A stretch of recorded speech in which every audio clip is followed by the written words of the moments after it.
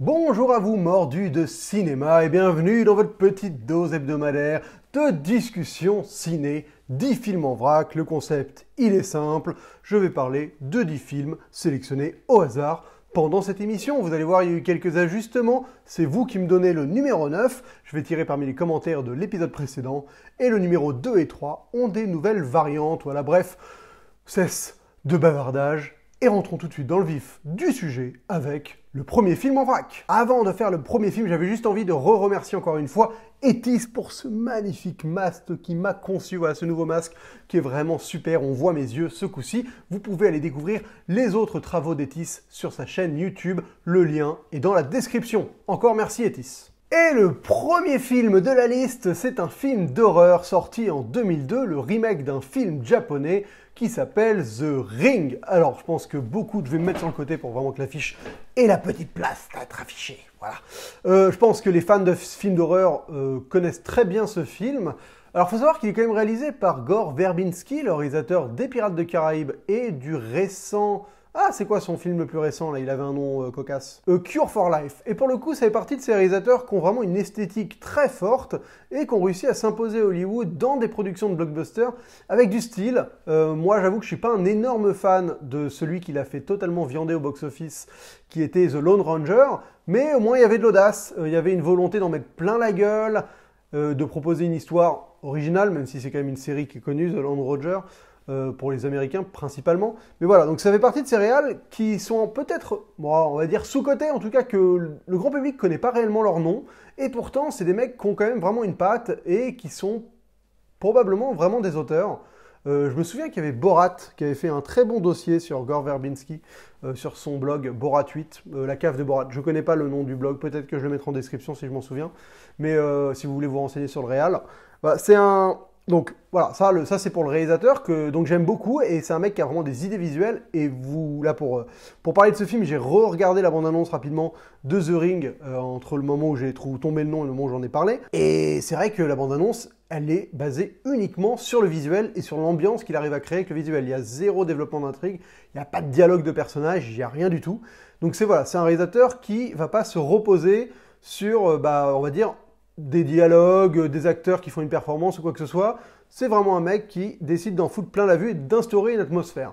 Et pour le coup, The Ring, c'était un film qui marchait vraiment là-dessus parce que le pitch, pour ceux qui ne le connaissent pas, c'est donc, il y a dans une ville aux États-Unis, je crois que c'est vers Seattle, une élève du lycée qui meurt et on comprend que c'est à cause du fait qu'elle a regardé une cassette et quand tu regardes cette cassette, 7 jours après tu meurs, il y a une journaliste qui est jouée par Naomi Watts qui va se mettre à enquêter là-dessus et qui va regarder la cassette et qui a donc 7 jours pour éviter que la malédiction ne l'atteigne elle et qu'elle se retrouve à mourir. Donc c'est adapté d'un film japonais que je n'ai jamais vu, Ran, je crois, ou Ring, non, je sais plus comment il s'appelle le film japonais. Il s'appelle Ringu, et oui évidemment il s'appelle Ring, mais en japonais écrit en katakana. Donc voilà, ça fait partie de ces films d'horreur remakés des années 2000, des films d'horreur japonais. Il y avait eu The Grange aussi, qui avait été remaké par le même réalisateur pour le coup. Donc là, c'est un nouveau réalisateur, c'était pas le réalisateur de l'officiel. C'est un concept plutôt fort, hein. Franchement, il y a vraiment ce côté angoissant. À partir du moment où le personnage principal a vu cette vidéo, c'est marrant parce qu'on parle de vidéo et on est vraiment au début des années 2000, 2002. Donc on a une époque où ça existe encore, mais c'est vrai que maintenant, si on devait refaire le truc, ce serait probablement un DVD, voire un film Netflix, plutôt que, tu vois, maintenant, genre, oh, une cassette qui tue, ouais, plus personne n'a le magnétoscope, ça ne marche plus, bon, bah, fin du film, personne ne l'a regardé de la cassette. Donc voilà, non, mais voilà, ça fait partie de ces films qui aussi sont vestiges d'une autre époque, d'une ancienne époque, même si 2002, les cassettes avaient déjà pris un bon gros coup dans l'aile, je pense. Donc c'est vraiment parce que c'était le film japonais qui datait de 98 qui font que c'était encore une cassette, mais sinon je pense qu'ils auraient rapidement fait avec un DVD.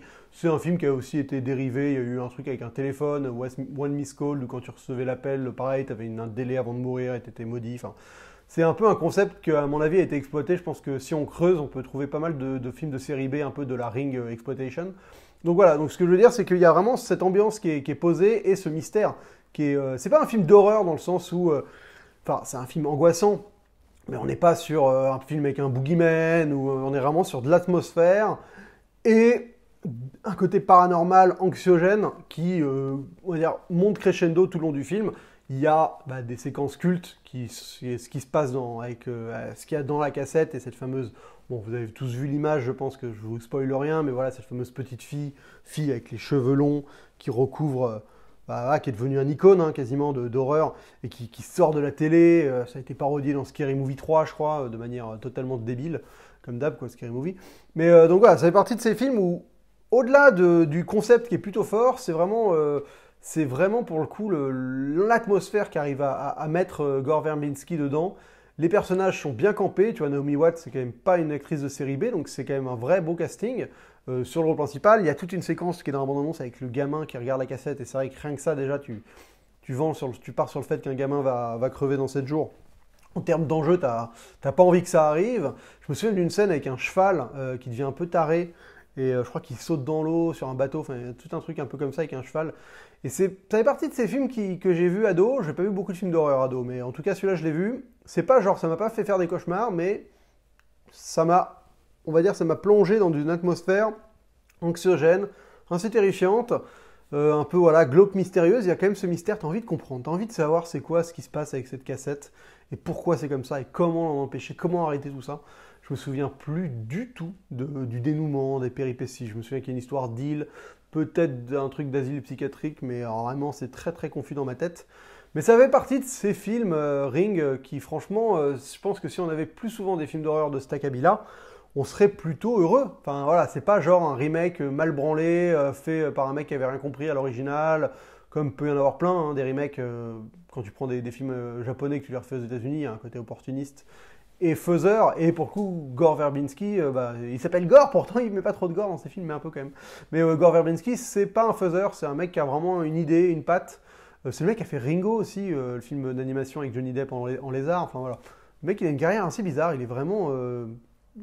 il est important à Hollywood ces 15 dernières années, mais on n'en entend pas trop parler. Enfin, il a surtout été important dans les années 2000 parce que il est quand même à la tête des 3 Pirates des Caraïbes, donc c'est quand même pas rien. Et il faut savoir que les Pirates des Caraïbes, le mec, il a quasiment pu faire ce qu'il voulait à la fin.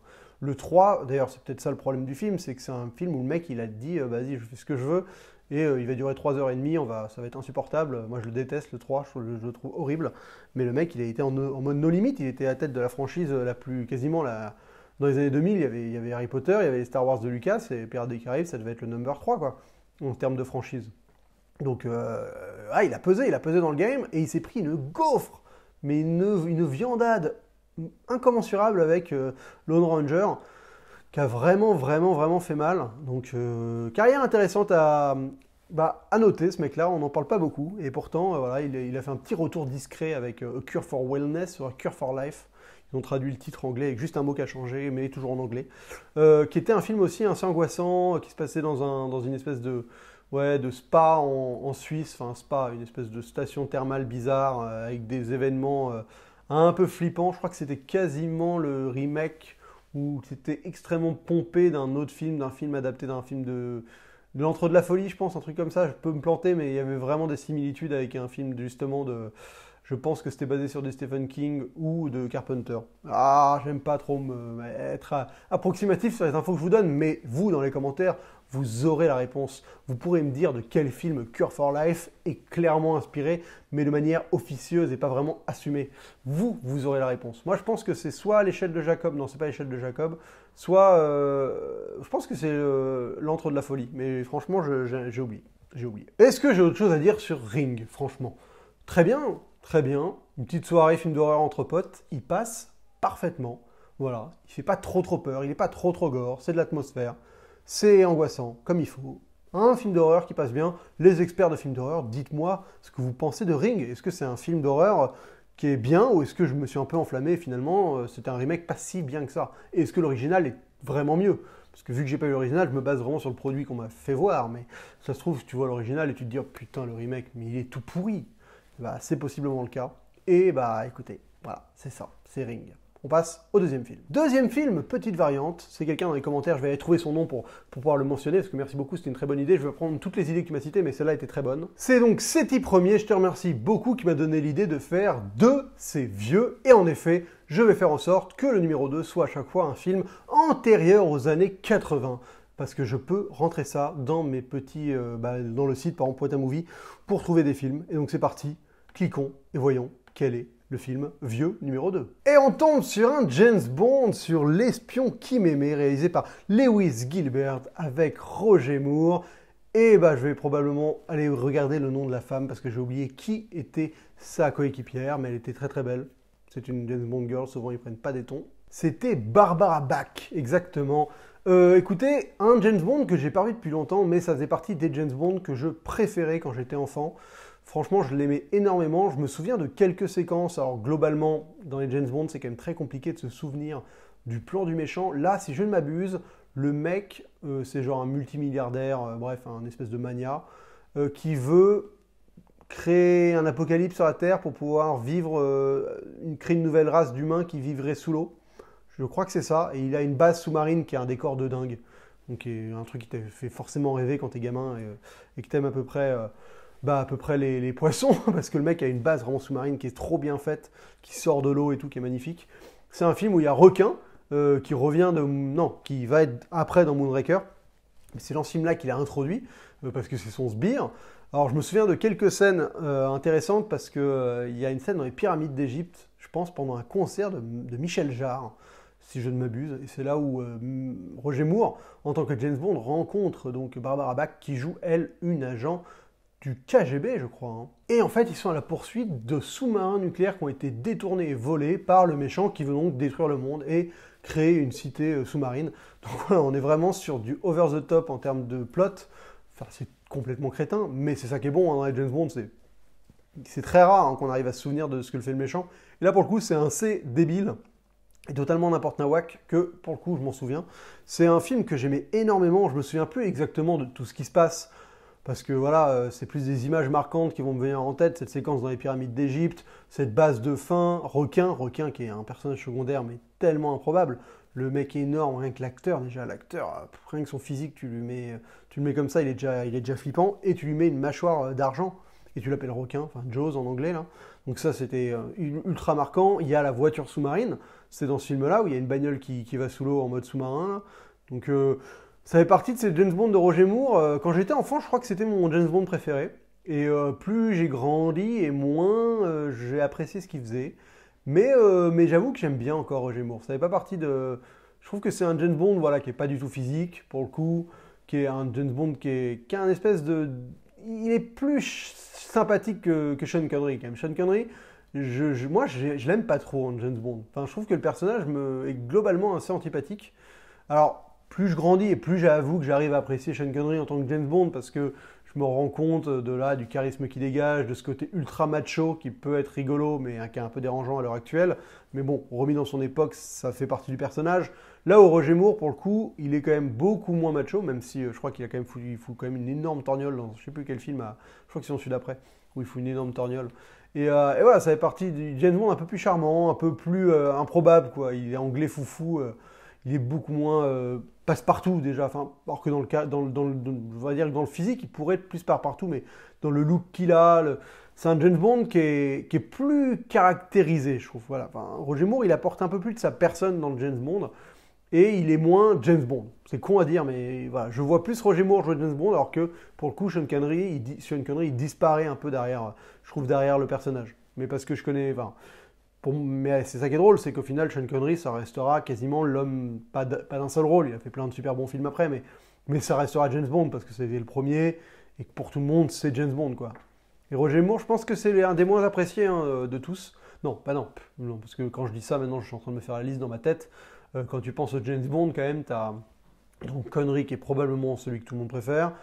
Roger Moore, bon, voilà. T'as George Lazenby, là, qui est horrible et que personne n'aime. Timothy Dalton, qui a fait 2 films et qui est un peu mal aimé parmi les fans de James Bond, même si certains l'adorent, hein, Anthony, si tu regardes cette vidéo. Et il y a qui d'autre? Il y a évidemment Pierce Brosnan, que tout le monde considère être comme un super James Bond, mais qui n'a pas fait des bons films. Ça a été le problème, mais pour le coup, en termes de ce qu'il dégageait, ce qu'il représentait, franchement, c'était pas loin d'être le James Bond parfait.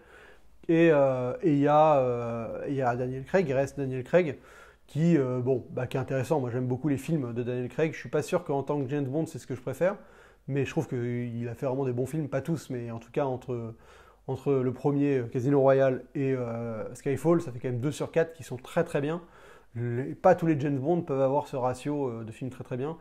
Mais il a quand même fait des films pas terribles. Moi, comme Tomb of Solace, c'est vraiment un film que je déteste éperdument. Et Spectre, c'est quand même rude aussi, alors que pourtant il y a tout pour que ce soit bien, mais c'est nul. C'est très bizarre, Spectre. Bon, un jour j'en parlerai. Hein. Mais donc voilà, ça fait partie. Je pense qu'en termes de James Bond, Roger Moore, il est ouais, finalement, il est quand même assez bas, hein, parce que je pense que je préfère maintenant à l'heure actuelle. Je préfère probablement Sean Connery, je préfère Daniel Craig et je préfère Pierce Brosnan, je sais plus. Donc il est quatrième et les deux autres pour le coup, Timothy Dalton et Lazenby, je les mets en dessous.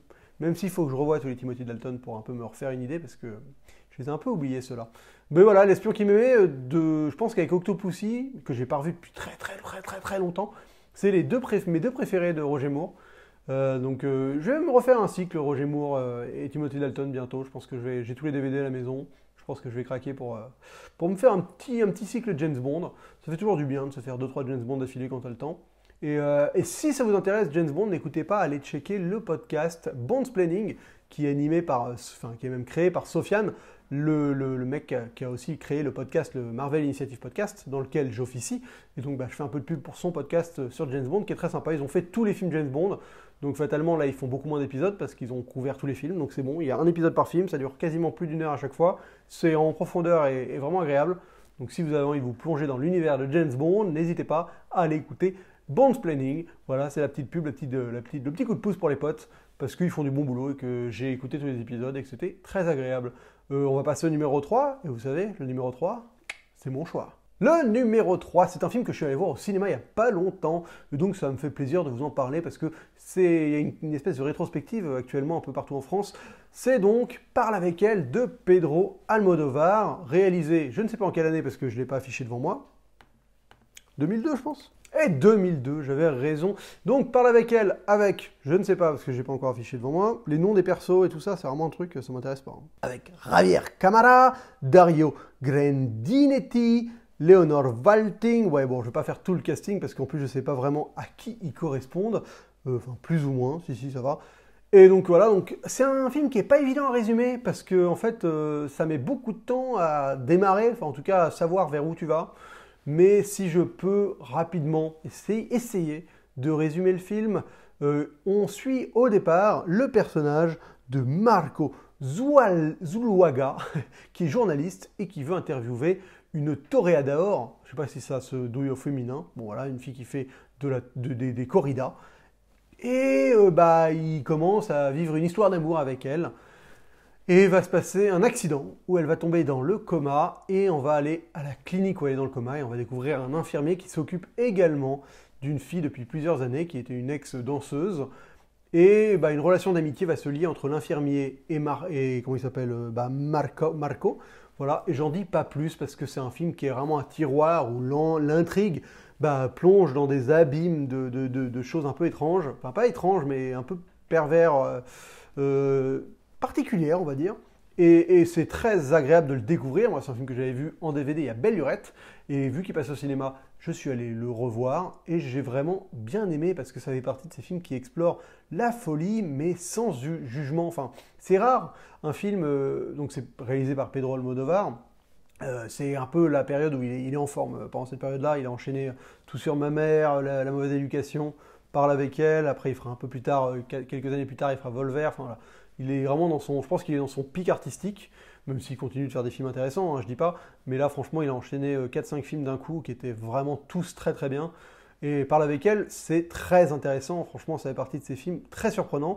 Et donc, comme je disais, qui vont traiter de figures dérangeantes, proches de la psychopathe, du psychopathe. D'ailleurs, c'est quasiment mentionné à un moment dans le film. Mais avec tendresse et surtout avec une forme de bienveillance où il juge pas. Il n'est pas là pour te dire c'est le méchant, c'est manichéen, voilà. Et c'est ça qui est intéressant dans le film, c'est qu'il y a vraiment un côté où t'en ressors et t'es perdu, quoi. Tu sais pas du tout à quoi te fier, quel repère, qui a raison, qui a tort, qui a fait du bien, qui a fait le mal dans ce film. Enfin, c'est très compliqué parce qu'il te démêle un truc avec des implications, avec des gens qui vont faire des actes qui vont être vraiment immoral ou questionnable, vraiment, mais qui ont des répercussions qui sont bénéfiques, quoi.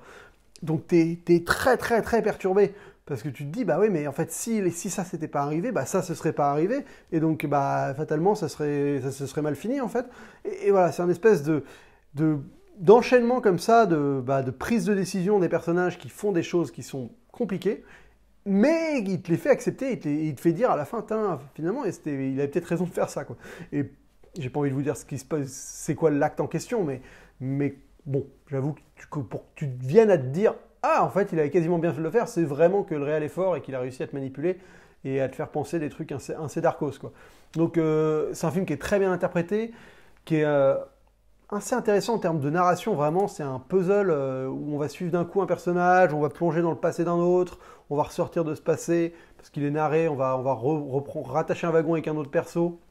C'est un film sur l'amour, parce qu'au final, c'est une histoire d'amour, tout le long, et sur les différentes formes d'amour. C'est un film qui aborde voilà, le fait, l'exclusion sociale, le fait d'être obsédé par quelque chose, par quelqu'un, le voyeurisme, enfin c'est vraiment dense et bien complet, et je trouve que ça fait partie de ces films où quand tu te plonges dedans, tu sais tellement pas où ça va et tu vas de surprise en surprise tout en étant décontenancé et tu sais pas, tu sais, t'as l'impression de pas avoir de rambarde en fait. C'est un film, tu marches et dis j'ai pas de rambarde de m'attacher, je suis à deux doigts de me casser la gueule à chaque instant tellement ça me perturbe quoi.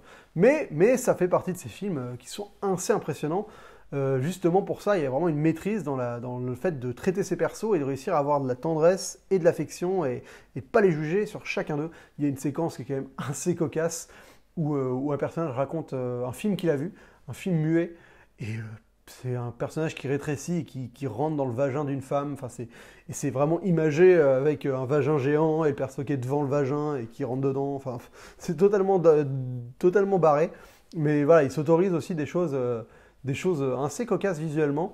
C'est un film libre qui va parler de sexualité, qui va parler de déviance, de personnages déviants, mais sans les juger et sans les mettre, sans les pointer du doigt en disant regardez, c'est eux les méchants, c'est eux les déviants. Et j'avais oublié totalement que le film traitait ça. Et de le revoir au cinéma, franchement, c'était agréable parce que c'est un film, je pense, qui demande une forme d'investissement quand même pour digérer la narration. Et le coup de poing, tu te le prends vraiment en étant concentré sur le film.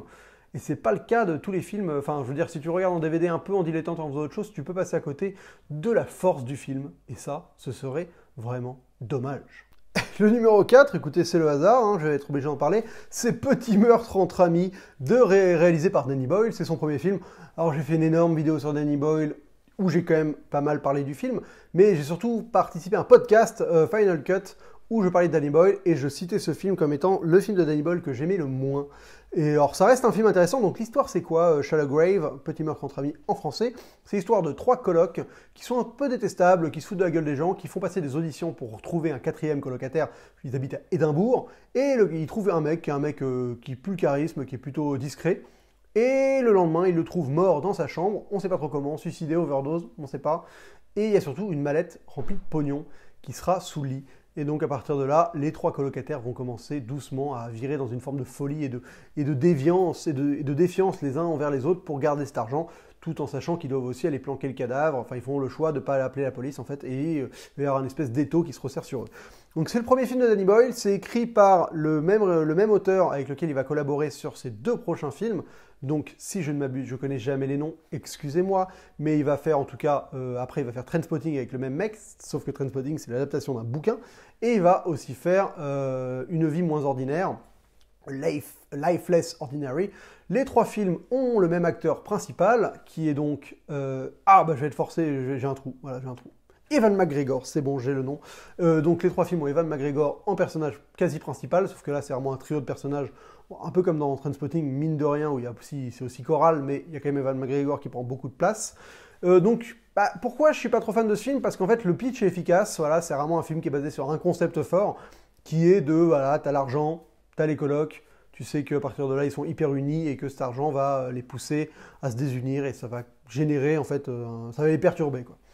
Donc c'est fort, mais au final, il ne se passe pas grand-chose dans le film. Il y a des éléments qui sont quand même assez compliqués à accepter pour moi. Donc par exemple, il y a 2 tueurs à gages qui remontent le film. Enfin, tu les vois torturer des gens au fur et à mesure, un peu n'importe où. Et ils finissent, tu sens qu'ils vont se rapprocher de l'appartement. Bon, c'est jamais vraiment expliqué, c'est une espèce de force qui arrive comme ça et que tu peux pas maîtriser. Tu sais forcément que ça va arriver un moment, mais je trouve pas ça très intéressant. Il y a un personnage qui part vraiment en couille très vite. qui est le personnage de David, qui part vraiment très très vite en couille et qui devient assez fou, mais fou très très vite. Et c'est pas forcément très harmonieux la manière dont il le devient. Il y a aussi un gros problème que j'ai, qui est un détail de cohérence et de plot, là, de cohérence de scénario, mais c'est qu'ils ont une mallette pleine de pognon et ils se battent pour avoir la mallette entière, alors que tu la partages en 3 piles de pognon et tu divises l'argent et chacun fait ce qu'il veut. Et c'est quelque chose qui est jamais abordé en fait. Enfin, tu vois, c'est genre comme si il avait dit oh merde, ça si on se rend compte de ce trou dans l'histoire, ça n'a pas fonctionné, donc on n'en parle jamais quoi. Donc tu sens qu'il balaye un peu sous le tapis cette éventualité-là. Donc le truc, enfin, c'est relou. En fait, ce qui est chiant, c'est un détail. Je peux très bien passer outre. Ça fait partie de ces histoires de dramaturgie où il ne faut pas s'arrêter à un détail qui fait que le film ne tient pas vraiment debout. C'est pas grave. Mais c'est quand même très dur par moment de passer outre ça, quoi. C'est-à-dire que c'est vraiment chiant quand tu es devant un film et que tu te dis, genre, mais là, j'accepte pas le comportement des persos parce que c'est pas logique. Alors je sais que cette histoire de logique, j'en parle souvent et qu'il faut vraiment passer outre, il ne faut pas s'arrêter à ça, il faut essayer de s'intéresser à ce que le réalisateur a voulu faire, au choix qu'il a fait lui, pourquoi ils font ça et pas ce qu'ils auraient dû faire si toi t'étais dans leur tête quoi. Mais c'est vrai que c'est chiant. C'est vrai que c'est chiant, il y a des fois où c'est très compliqué. Et là, pour Petit meurtre entre amis, c'est compliqué de passer outre ce putain de truc de pognon pour moi parce que je comprends pas. Je comprends pas. Tout le film est basé autour d'un truc qui tient pas debout quoi. Donc c'est un peu relou. Après il y a Danny Boyle qui est déjà là à faire son style. C'est marrant parce qu'il crée un début de petit cinématique universe dans ses 2 premiers films parce que le mec, le coloc qui arrive qui prend la chambre et donc qui meurt et qui a la thune sous le lit, et ben c'est le mec qui a acheté la drogue après dans Trainspotting. C'est le même mec et on sent que c'est quasiment le même rôle. Donc le mec serait dealer, un peu mystérieux et il aurait plein de thunes parce qu'il fait du deal. Et donc voilà, c'est rigolo parce que il y a ce côté où tu te dis en 2 films, même s'il y a par exemple Evan McGregor qui joue 2 rôles différents, donc ça peut pas être un cinématique universe, mais il y a cette volonté d'avoir une petite référence d'un film sur l'autre qui est plutôt cool. Si vous avez le Blu-ray, n'hésitez pas à regarder le making-of de ce film qui est hyper intéressant. C'est un making-of qui est fait par le frère du producteur, McDonald. Le producteur, à la base, il devait être 2 producteurs. Apparemment, le mec a été évincé pour des histoires de contrat ou je sais pas quoi, parce qu'il pouvait y avoir qu'un seul producteur. Enfin, bon, bref, j'ai pas trop compris. C'est pas vraiment expliqué au début c'est expliqué par des phrases, mais c'est pas très clair au début du making-of. Mais en tout cas, c'est un making-of où le mec va suivre son frère durant toute la prépa et le tournage, et il est collé à son frère. Et donc, tu as des vraies réactions où tu sens que c'est pas le mec du making-of que personne connaît qui filme, quoi. C'est vraiment le frère qui a failli être le producteur du film. Donc, les gens réagissent d'une manière plutôt sincère et vraiment étonnante, notamment le producteur qui parle à son frère sans langue de bois, et il y a des moments assez poignants où le mec a plus de thunes, où une scène est floue et ils se rendent compte que les rushs sont ratés mais ils n'ont pas les thunes pour les refaire, et ils sont vénères sur que le réalisateur ait laissé passer ça, enfin voilà. Il y a vraiment c'est un making-of qui est assez intéressant et qui vaut la peine. Après voilà, pour ce que ça parle de Danny Boyle c'est un réalisateur qui a beaucoup traité la folie, donc j'en parle dans mes vidéos, mais voilà, il montre un personnage qui va vraiment sombrer dans la folie. C'est un réalisateur qui traite aussi beaucoup des anti-héros, ou en tout cas des héros à la morale assez élastique.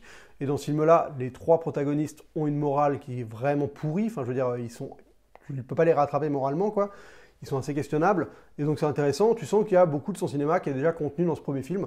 Donc c'est un film qui est intéressant à découvrir si ça vous intéresse de plonger dans l'univers de Danny Boyle. Il est quand même très agréable, il n'est pas long, en 1h30 c'est fait, mais c'est pas un film qui est extrêmement bien tenu. Je trouve qu'il y a beaucoup de... Voilà, il y a toute une partie enquête policière qui arrive de manière beaucoup trop épisodique et qui est pas assez bien faite. Les changements de personnages sont trop bruts. C'est un peu... il se passe pas tant de choses que ça, il y a un vrai ventre mou au milieu, la fin est très bien, le début est vraiment pas mal, mais au milieu finalement il se passe pas tant que ça, et c'est un peu dommage, mais c'était un premier film, les premiers films, faut savoir être indulgent. Et après ça, on va passer au numéro 5. Le numéro 5, c'est au programme de la semaine, parce que c'est un film de Quentin Tarantino, c'est Inglourious Bastard. C'est un film dont j'ai déjà pas mal parlé, parce que ça fait partie de mes films préférés, et je pense que j'en parle assez souvent. Bon voilà, Tarantino, j'ai pas encore vu là j'enregistre cette vidéo avant d'aller voir Once Upon a Time in Hollywood, parce que comme ça je sais que j'ai le temps de faire cette vidéo, mais je vais sûrement faire une critique de Once Upon a Time in Hollywood, donc à mon avis vous avez peut-être potentiellement la possibilité, c'est tordu, mais vous avez le moyen d'écouter la critique que j'ai sûrement faite de Once Upon a Time in Hollywood. Mais parlons un peu d'Inglourious Bastard, qui est donc le 6e film de Quentin Tarantino, parce que Once Upon a Time c'est le 9e, le 8e c'est donc Les 8 salopards, le 7e c'est Django, et donc le 6e c'est Inglourious Basterds. Euh, je considère que c'est le meilleur film de Quentin Tarantino. L'histoire, c'est quoi? C'est pas évident à résumer, mais c'est un groupe de paramilitaires américains qui sont envoyés en Europe pour aller scalper du nazi et qui vont tomber, voilà. Enfin, le début du film, c'est ça. Et après, il y a une histoire de vengeance avec. Il y a plusieurs trames parallèles qui vont se regrouper. À la fin, ça finit dans un cinéma. Voilà, j'en dis pas beaucoup plus. Si vous connaissez pas le film, évidemment, allez découvrir Inglourious Bastard. C'est un énorme film. Moi, ce que j'aime énormément, c'est que le film, à la base, il devait s'appeler Once Upon a Time, il était une fois dans la France occupée par les nazis. Et en fait, c'est le titre du premier chapitre, parce que le film, fidèle à un film de Tarantino, est découpé en chapitres. Et donc, ça devait s'appeler Once Upon a Time in Nazi Occupied France. Et ça dit son nom, le fait que ça s'appelait comme ça à la base, ça révèle sa nature de western spaghetti, de référence à Sergio Leone. Et vous regardez la première séquence de ce film, qui est donc cette séquence où tu as Hans Landa qui débarque dans la ferme avec Denis Minochet qui joue Monsieur Lapadite, qui a le mec a la carrière qui a décollé juste grâce à cette scène. Denis Minochet, c'est une scène extraordinaire en termes de jeu d'acting. Les deux. D'ailleurs, ça a révélé aussi notre ami. Oh, les noms, mais c'est pas possible. Je suis Alzheimer des noms, quoi. J'ai déjà Alzheimer avec les noms. Christopher Waltz, voilà, Christopher Waltz. Et donc, ça a révélé Christopher Waltz, et ça a aussi révélé donc Denis Minochet. Donc, ce film avec cette séquence où tu as Christopher Waltz qui arrive, il y a aussi Léa Seydoux et Mélanie Laurent. Il y a aussi Léa Seydoux donc, dans cette séquence, et je crois qu'il y a aussi quelqu'un d'autre qui est un peu connu aussi dans cette séquence parmi les jeunes filles de Lapadite. Mais bon, bref, où Hans Landa il débarque, c'est du western spaghetti, quoi. T'as la musique qui est quasiment une musique, je me demande si c'est pas une musique d'Ennio Morricone d'ailleurs, faudrait que je vérifie. Mais là j'ai envie de continuer dans mon flux de parole, j'irai vérifier. Mais voilà, donc t'as la musique qui fait western, t'as cette femme qui est là à étendre les draps, et d'un coup, les draps, et d'un coup t'as un drap qui se fait pousser par le vent, et ça révèle les voitures nazies qui arrivent et la musique qui se lance, qui change de tempo. Enfin, ça ressemble au début un peu de Il était une fois dans l'Ouest avec cette séquence avec Franck et les enfants et cette tension qui arrive. Bon, c'est pas du tout la même séquence, mais tu sens qu'il s'est inspiré, il a voulu recréer ce mood de la pesanteur des choses et cette France occupée où la menace règne à chaque coin de rue, quoi. Et après, voilà, après ça, c'est une autre histoire qui était une fois dans l'Ouest, ça n'a rien à voir, mais je veux dire, c'est un hommage au western spaghetti quasiment tout le long. Que ce soit par exemple la robe que va mettre Mélanie Laurent à la fin, cette robe rouge, c'est une robe qui fait référence un peu à ce que portait Claudia Cardinal dans L'été d'une fois dans l'Ouest. Voilà, vraiment, c'est un film qui est un western spaghetti en France pendant la Seconde Guerre mondiale. Donc déjà, rien que le concept est génialissime. Je trouve ça magnifique et je trouve qu'il est vraiment bien tenu, c'est-à-dire qu'il arrive à justement alterner ces différentes séquences avec ces différentes couches de société où tu vois vraiment un panorama de ce qu'étaient plusieurs personnes à l'époque et qui finissent tous par se réunir dans un espèce d'apothéose finale, ce qui est un peu la structure de Il était une fois dans l'Ouest aussi, plus ou moins d'ailleurs, parce que ça se finit pas non plus vraiment à ce point-là en apothéose, mais il y a ce côté où tu as plusieurs trames qui sont vraiment déconnectées et qui doucement vont finir par un peu se rassembler pour te faire une espèce d'image globale de Il était une fois dans l'Ouest. Alors là, c'est pareil. C'est un film que j'aime énormément, son traitement de la polyglottie, ça se dit ce mot, des langues. C'est encore un mystère pour moi, je n'ai jamais vu la VF de ce film, mais si vous l'avez vu, il se passe quoi dans la VF? Comment la VF est faite? Parce que c'est un film qui marche sur le fait qu'il y a plusieurs langues et que les gens ne parlent pas la même langue et que certains ont des accents dans telle langue. Enfin, voilà, il y a toute une séquence en allemand qui doit durer 15 minutes où il y a un personnage qui a un accent et le mec n'arrête pas de le faire chier sur son accent. Il y a évidemment la séquence en italien qui est ultra connue, où il y a Brad Pitt qui fait croire qu'il parle italien et qui essaie de tromper Christopher Waltz. T'as donc le début du film qui se passe en français, après il switch vers l'anglais. Bref, t'as 5-6 langues dans le film, 4 langues. T'as français, anglais, allemand et donc un tout petit peu italien. Donc voilà, c'est 4 langues qui sont brassées dans le film, de manière extrêmement intelligente, j'ai pas envie de dire intéressante, mais intelligente. Enfin, il y a un respect et à la fois il y a un amusement vis-à-vis des langues. Et je me demande comment la VF est faite. Si vous avez vu la VF, dites-moi dans les commentaires, franchement. Dites-moi qu'est-ce qui se passe dans cette VF, quoi. Comment ils font? Parce que c'est un mystère pour moi, cette VF. Je ne comprends pas. C'est partie de ces rares films où vraiment tu ne peux pas le doubler pour moi. Si le regarder autrement qu'en version originale, ça n'a aucun sens, quoi. Je ne sais pas comment ils font. Mais tu vois, ça me fait penser à cet épisode de Friends où Joey apprend le français et en version française, il apprenait l'espagnol. Bon, là, ça marche parce que c'est une langue sur une autre. Mais quand on a quatre, bah, tu dois tout changer à chaque fois. Et ça voudrait dire que quand il parle allemand, bah, il parle vraiment allemand. Mais donc, quand il parle anglais, il parle français. Enfin, t'inverses, ouais, c'est quand même le bordel. Ça peut fonctionner, mais c'est compliqué. Bah, à un moment, t'es obligé que le mec parle anglais, quoi. Enfin, sauf que quand il parle anglais, ça veut dire qu'il parle français. Ça n'a aucun sens. Je ne comprends même pas ce que je raconte. Donc voilà. Le point noir du film, c'est le mec qui joue l'associé de Mélanie Laurent dans ce cinéma, là, qui a la réplique la moins bien jouée de l'histoire de Hollywood, je pense. Putain, on est censé faire quoi, là? Comme je viens de dire. Putain, on est censé faire quoi? Elle est horrible, franchement, mais c'est pas la première fois hein, que Tarantino il a mal dirigé un Français, parce que je sais pas si vous vous souvenez, dans Kill Bill, là, à la fin, je vais te buter connasse, je crois, de l'associé de Bill, à la fin de Kill Bill 1, il y a une phrase qui est vraiment qui me fait trembler tellement elle est mal jouée. Et pareil, là, ce mec-là, mais il est horrible. Enfin, quand il dit Mélanie Laurent, mais on peut pas faire ça. On ne peut pas faire ça. Je vais essayer de vous mettre l'extrait. Brûle en enfer, espèce de salope, blonde. Je ne te dirai rien. Mais c'est horrible.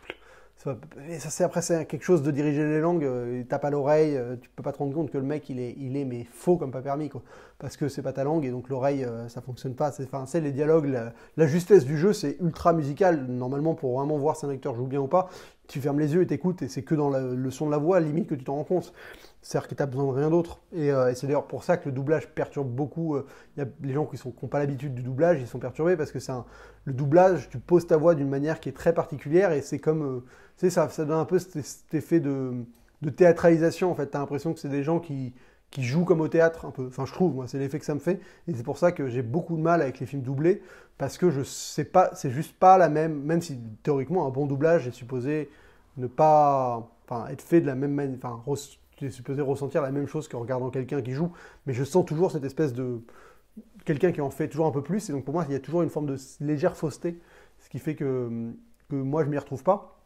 Mais en tout cas, c'est pareil pour les langues étrangères. Diriger un acteur dans une autre langue, tu n'arrives pas à identifier cette musicalité.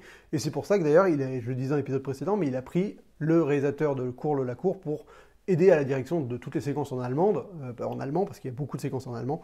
Et évidemment, il a bien fait, parce que je pense qu'en allemand, pour le coup, j'ai l'impression, je ne parle pas allemand, je n'ai pas cette musicalité, mais je n'ai pas eu de retour qui disait que c'était très mal joué. Et la séquence a l'air d'être particulièrement bien faite. Il y a des acteurs, il y a Daniel Brühl qui jouera dans plein d'autres films, dont Civil War, il jouera le méchant dans Civil War. Je crois que je viens de faire un spoiler de Civil War, désolé, je n'ai pas fait exprès. Il y a un autre mec qui joue, qui est devenu un acteur qui joue pas mal en France, si je ne m'abuse, mais j'ai pas envie d'aller rechercher son nom là. Si, allez, je vais aller rechercher son nom. L'acteur qui jouait mal, c'était Jackie Ido, qui joue Marcel. Désolé Jackie, mais... c'est pas possible. Auguste Diel, voilà, c'est un acteur qu'on voit souvent, qu'on a vu dans Une vie cachée. Ah non, qui est dans le prochain Terrence Malick. Exactement, voilà, c'est un acteur important quand même, ce mec. Et il jouait dans L'Empereur de Paris, c'est ça, il jouait le méchant, qui était nul, je viens de m'en souvenir, dans L'Empereur de Paris. Ça fait le deuxième Tarantino dont je parle déjà dans cette émission, et à ce rythme-là, on les aura tous fait rapidement, si j'en parle quasiment toutes les semaines. Mais voilà, ça fait partie de ces grands films que j'aime énormément. Je raconte souvent que j'ai été décontenancé la première fois que je l'ai vu, parce que je voulais un film d'action, je m'attendais à Kill Bill chez les nazis. Et ce n'était pas Kill Bill chez les nazis du tout. Donc j'avais quasiment pas aimé, j'avais même pas aimé, je me suis dit mais qu'est-ce que je viens de voir? Et il m'a fallu 2 visionnages pour vraiment prendre la mesure de ce que le film voulait être. Ça fait partie de ces films que je cite souvent quand je dis que le marketing m'a un peu eu, parce que la bande-annonce vendait quasiment vraiment un film d'action, il mettait juste les séquences de fusillade, il y avait même des plans de mitraillettes qui tirent qui sont pas dans le film, enfin, il vendait vraiment le côté action et barbarie, quoi. Inglourious Bastard, il y avait tout le teaser où c'était juste la scène de Brad Pitt qui disait « I want those scalps, je veux ces scalps !» Tu vois, alors vraiment le truc bourrinos. Et le film n'est pas du tout ça. Donc c'est sûr que si tu y allais pour voir des nazis se faire défourailler par Brad Pitt et ses gars, tu vas être vraiment déçu, parce que c'est pas du tout ce que le film ne te propose. Mais c'était étrange de le vendre comme un film d'action, au lieu de prendre vraiment la mesure. Peut-être que la bande-annonce US est un peu plus respectueuse du film, mais au lieu de prendre vraiment ce côté, voilà, fresque hommage au cinéma spaghetti et sur la Seconde Guerre mondiale. Parce que ce qui est génial, en fait, c'est que Tarantino fasse ça sur la Première Guerre mondiale, ça fait vraiment un écho avec ce que Léon faisait vis-à-vis du western. C'est que Tarantino, c'est un mec qui n'a pas connu cette époque, qui n'est pas attaché particulièrement à la Seconde Guerre mondiale en tant que que c'est pas un mec comme Polanski, quoi. Enfin, tu vois, qui a vécu le ghetto de Cracovie et donc qui a habité quand il fait le pianiste, il retranscrit 80% de ce que lui a vu dans son film, en fait. Enfin, je veux dire, c'est pas du tout la même démarche. Là, c'est un mec qui vraiment perçoit la Seconde Guerre mondiale comme un pur fantasme de cinéphile et d'américain, quoi. Enfin, tu vois, vraiment, d'ailleurs, enfin, pour ceux qui ont vu le film, la fin du film le confirme encore plus, cet esprit fantasme. Et donc, il y a vraiment cette... Comme à l'époque, un peu Léon fantasmait l'Amérique et le western à travers ses western spaghetti. Il avait pris les codes et il les avait vraiment, mais il les avait accentués à mort pour les styliser, pour essayer d'en extraire une forme de quintessence cinématographique, quoi. Et Inglourious Basterds, c'est la même démarche, mais pour tout ce qui est film de guerre, film qui se passe pendant la Seconde Guerre mondiale, quoi. Sans avoir des vraies batailles. Enfin, il ne s'est pas autorisé à faire des batailles. Enfin, c'était pas du tout sur quoi il aurait pu accéder. Il aurait pu faire une grosse bataille ou ce genre de truc. Au final, c'est pas vraiment là où le film est allé, mais voilà, il y a vraiment cette volonté de reprendre des codes, de reprendre un événement historique, une époque, et de la retranscrire de manière cinématographique, de genre abusé. Totalement abusé, mais en étant réaliste. Enfin, je veux dire, tout ce qui se passe dans le film est plutôt... Le film se déroule dans un univers réaliste, mais comme les western spaghetti à l'époque. Je pense que je commence à avoir tout dit sur cette espèce de comparaison dans laquelle je m'embourbe. J'ai aussi envie de vous dire que la dernière phrase du film est pour moi un vrai message de Tarantino lui-même, où c'est Brad Pitt qui regarde la caméra et qui dit « Je pense que ça c'est mon masterpiece ». Je pense que sur le moment, il en était vraiment conscient qu'il avait réalisé son meilleur film, et je suis vraiment d'accord avec ce postulat. Mais j'ai pas encore vu Il était une fois Hollywood. Peut-être que ce film me fera changer d'avis et ce sera potentiellement celui que je considère être le meilleur Tarantino. Est-ce que le meilleur Tarantino veut dire mon Tarantino préféré? Je ne sais pas. Je ne sais pas, je pense que là, je ne gradue pas les Tarantino comme ça. Je pense que mon préféré n'est pas nécessairement Inglourious Basterds, mais celui que je considère le meilleur est Inglourious Basterds. Je vous laisse débattre de cette notion dans la section commentaires. Je suis la critique masquée du futur, enfin du passé pour vous, mais du futur pour moi. Mon numéro 6 a bugué techniquement. Je parlais de Blue Velvet de David Lynch, mais ça n'a pas bien enregistré. Donc je vais le refaire, mais je ne vais pas parler de Blue Velvet de David Lynch parce que j'ai envie de garder le côté spontané et hasardeux. Donc je vais retirer un film au pif. Mais avant ça, je tenais à vous dire qu'entre-temps, j'avais trouvé une nouvelle idée et je pense qu'à partir de maintenant, les numéros 5 seront une rétrospective de réalisateurs. Donc vu que là, j'ai fait 2 Tarantino en 4 émissions, je me dis que je vais finir Tarantino, donc à chaque fois, les numéros 5 seront des films de Tarantino, piochés au hasard parmi les films qu'il me reste dont à parler de lui. Voilà, bon bref, donc ça c'est dit, on verra qui sera le prochain réalisateur, peut-être que je ferai un tirage au sort pour que vous choisissiez le prochain réalisateur dont je vais faire la rétrospective, dont je vais parler de chaque film à chaque épisode. Faut pas que ce soit un mec qui ait fait, genre un mec comme, je sais pas moi, Hitchcock, c'est interminable, il y en aura beaucoup trop, je les ai pas du tout tous vus. Mais bref, on parlera de ça en temps voulu. Passons au numéro 6, que je sais pas ce que c'est encore. Et le numéro 6, c'est Coogan, La mort en douce en français, il y a un moustique, et en anglais ça s'appelle Killing Me Softly, qui est un film du réalisateur, alors j'ai pas son nom là tout de suite, je vais aller le rechercher pour éviter de dire des conneries, mais je sais que c'est le même réalisateur que celui qui avait fait l'assassinat de Jesse James par le lâche Robert Ford, un bon titre à rallonge pour un western qui était quand même vraiment, vraiment bien, magnifique, très très beau western. Je crois que c'était éclairé par Richard Dickens, mais je peux me tromper évidemment, vous êtes au courant qu'il y a des approximations dans cette émission, surtout quand je dis surtout avant. Donc, on va parler un peu de Coogan avec Brad Pitt, qui raconte, c'est un peu nébuleux l'histoire, je crois qu'il y a des mecs qui braquent un espèce de clan de poker clandestin, enfin un cercle de poker clandestin, et on engage Coogan, qui est un tueur à gages, pour aller les buter. Voilà, et c'est à peu près ça l'histoire. Alors après, il se passe plusieurs différentes choses, il y a différents personnages qui gravitent dans cette histoire. Je me souviens plus exactement de la trame globale, je me souviens que c'est un film qui est surtout très... le mot que j'aurais, en sortant de la salle, je me rappelle, je l'ai vu à Montréal avec un Canadien, et donc un Anglais, et il m'a dit offbeat. Et c'est vrai que offbeat, ça veut dire décalé dans le temps, enfin un côté, c'est pas un film qui est en rythme et qui est un peu surprenant, et c'est vrai que c'est le cas. C'est un film qui est très, qui est pas courant, quoi. Il y a vraiment un rythme particulier. On sait pas exactement qui est le personnage principal, il n'y a pas vraiment de protagoniste. Donc il y a Brad Pitt qui est supposé être la tête d'affiche, mais finalement il n'est pas présent tant que ça dans le film. J'ai pas un souvenir de le voir vraiment, que ce soit vraiment le parcours de ce personnage qui soit important. Il y a Ray Liotta qui est aussi présent dans le film. Et donc c'est un film qui va alterner des séquences qui sont vraiment très très bien réalisées avec des vraies audaces. Donc notamment ce braquage dans le cercle de poker qui est vraiment un vrai moment de tension très bien mis en scène. Il y a notamment après une fusillade dans la rue, dans des voitures qui est d'un coup filmée au ralenti extrême avec un peu du bullet time, enfin vraiment qui vient sorti de nulle part quoi. C'est un film qui est un peu décontenançant. Voilà, c'est peut-être ça le mot que je cherchais. C'est pas un film que j'ai adoré, voilà, je n'ai pas eu envie de le revoir depuis, mais j'avoue que c'était une proposition de cinéma dans un genre qui est le film noir de gangster, qui dénotait de ce qu'on a l'habitude de voir. Hein. On n'est pas du tout dans quelque chose de l'ordre des affranchis, qui essaye de te glamouriser un peu ce monde des gangsters et de te le rendre attirant, attractif. Tu as envie de faire partie de ce gang. Donc ça n'a pas du tout cette patte scorsésienne. C'est pas non plus un film à la, je sais pas moi, à la Parrain, où on te raconte une espèce de fresque et un milieu, on te dépeint vraiment tous les rouages d'un système. Non plus, c'est un film de mafieux, mais finalement très terre-à-terre, minimaliste, avec des espèces d'élans comme ça, de violence soudain, qui vient un peu rythmer le film, où voilà, d'un coup, je sais qu'il y a aussi le personnage de Gandolfino, l'acteur des Sopranos, qui est quasiment dans un de ses derniers rôles, je crois que c'est quasiment un des derniers films qu'il a fait avant de décéder, qui a vraiment des beaux moments dans le film. Si je ne m'abuse, je crois que c'est un ancien tueur à gages qui est aussi qui est sous enfin, sur lequel on pose un contrat, et donc il voit sa fin arriver comme ça, et il y a un côté un peu funeste, et le film dégage un peu cette atmosphère funeste, avec Brad Pitt qui pète la classe, mais il apparaît vraiment très très peu. C'est marrant qu'il soit autant mis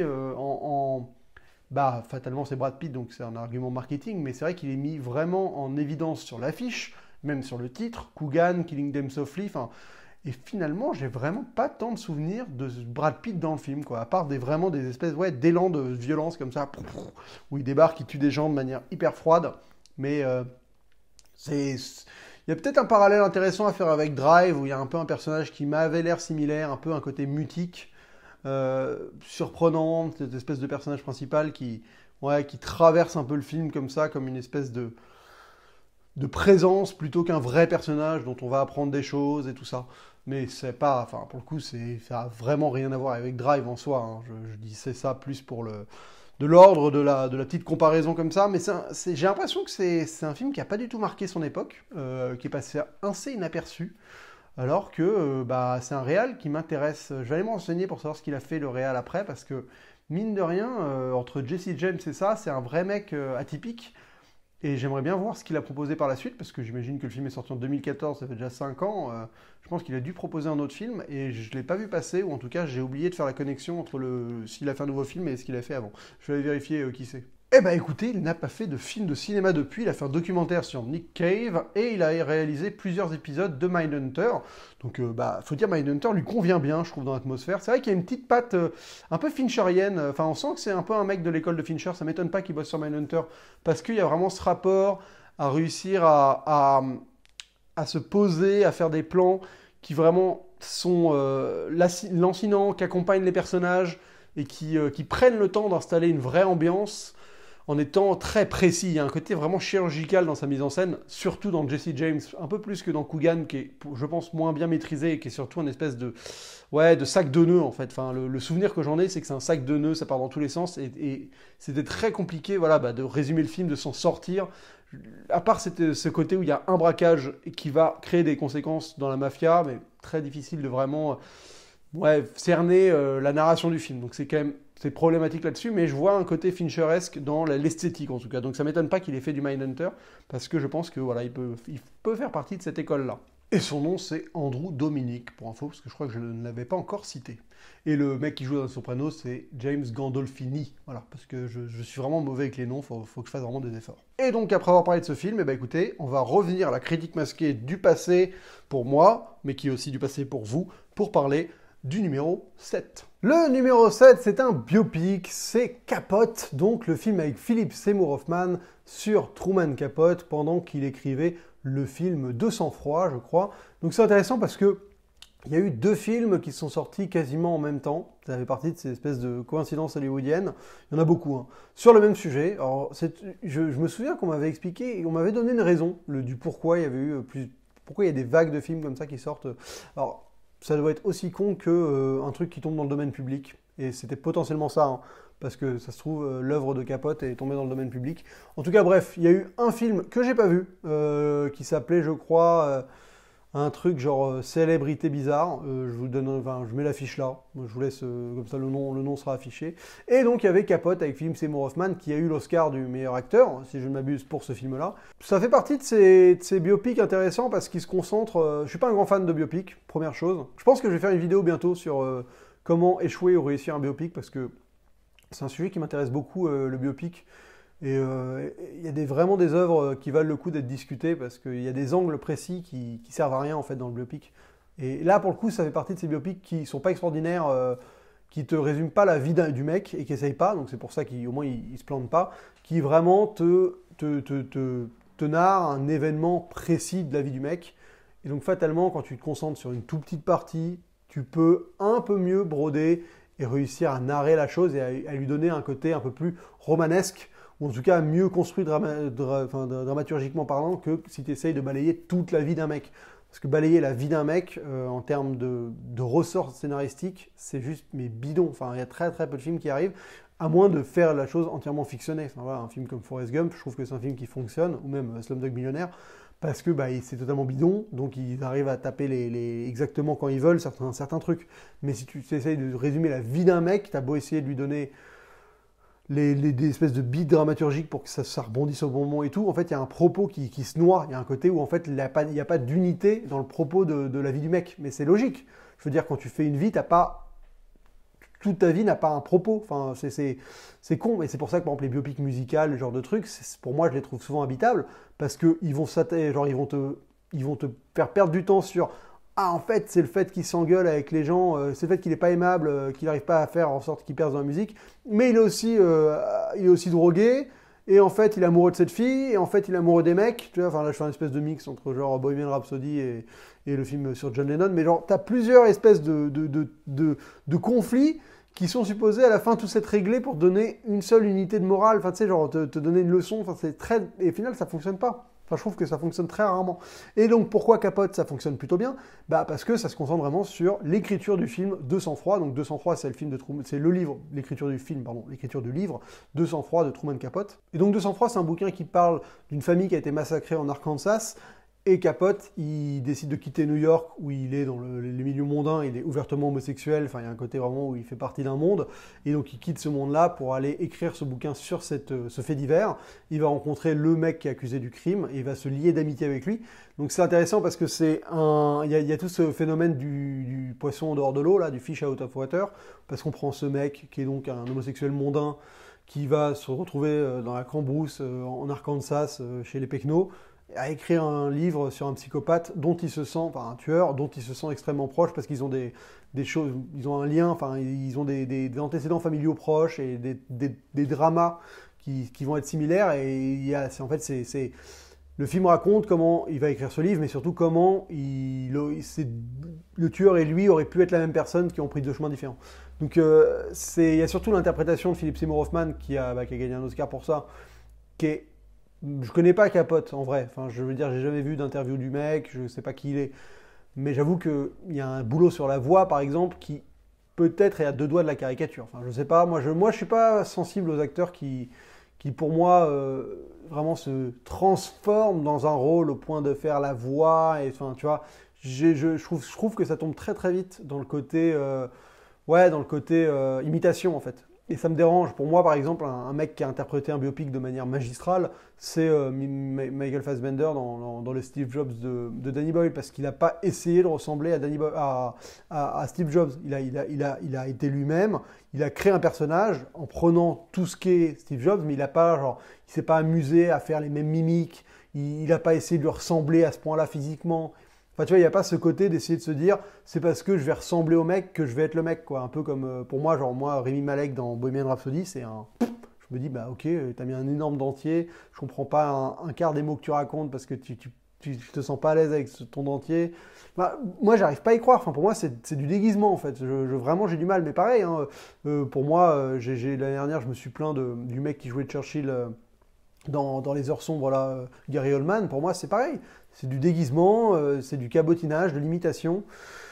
Mais c'est ça pour tout, hein, Marion Cotillard dans La Môme. Enfin, franchement, je suis assez peu indulgent avec les biopics à ce point-là, qui essayent ouais, les gens qui se déguisent et qui vont vraiment essayer de ressembler au max au mec. Et après, je dis ça et ça se trouve, sur un autre film, je vais vous dire, oh, c'est impressionnant, il ressemble vachement au mec, j'avais l'impression de l'avoir en face de moi.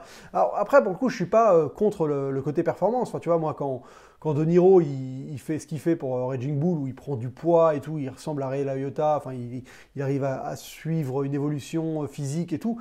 Ça, pour moi, c'est autre chose. Tu rentres vraiment dans un personnage et tu arrives à lui donner un corps et à le faire vivre. Et c'est au-delà de l'imitation, pour moi. Oui, c'est la performance d'acteur, mais t'es pas dans l'imitation, t'es vraiment dans le côté habité. Pareil, je trouve qu'un mec comme Vincent Cassel, quand il fait Mesrine, il y a vraiment ce côté habité aussi. Mais j'ai pas l'impression que le mec me fait une espèce de caricature de Mesrine. Mais après, c'est juste ça se joue sur des détails, hein. Peut-être juste le côté grimé, hein. Tu me grimes un mec à mort pour qu'il ressemble à un autre, déjà je trouverais ça bizarre. Et si je reconnais pas l'acteur, en fait, si je reconnais pas l'acteur sous les traits du mec, je trouve ça bizarre. Mais après c'est peut-être con de ma part. En tout cas, là, Philippe Seymour Hoffman, il a vraiment un travail sur sa voix et ce côté où il va jouer l'homosexuel, et ça va dans toute la gestuelle, enfin c'est cliché, enfin c'est con de dire ça parce qu'il n'y a pas une manière d'être homosexuel, mais juste il va jouer le côté maniéré de Truman Capote, c'est plus ça que je voulais dire, donc il va vraiment l'accentuer et tu peux pas passer à côté de ça, quoi. Mais c'est intéressant, au-delà de ça, je trouve que le film, je dis beaucoup au-delà de ça, ça va peut-être être le titre de l'épisode, parce que franchement je le dis, mais tellement, ça me fait, à chaque fois qu'en fait je passe d'un truc à un autre, je dis au-delà de ça. Écoutez, j'ai beaucoup de tics de langage et de gimmicks de langage, mais l'intérêt c'est dès que je les verbalise, souvent je passe un peu à autre chose. Par exemple, je pense que je n'ai pas encore dit le mot galvanisant dans cet épisode, sauf maintenant. Donc je travaille sur moi-même et mes tics de langage.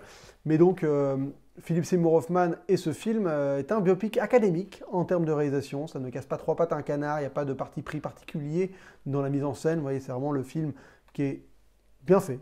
Voilà, ça passe. Mais par contre, c'est très bien interprété. En tout cas, il y a vraiment un côté habité aussi par le rôle. C'est très bien, la reconstitution fonctionne vraiment bien.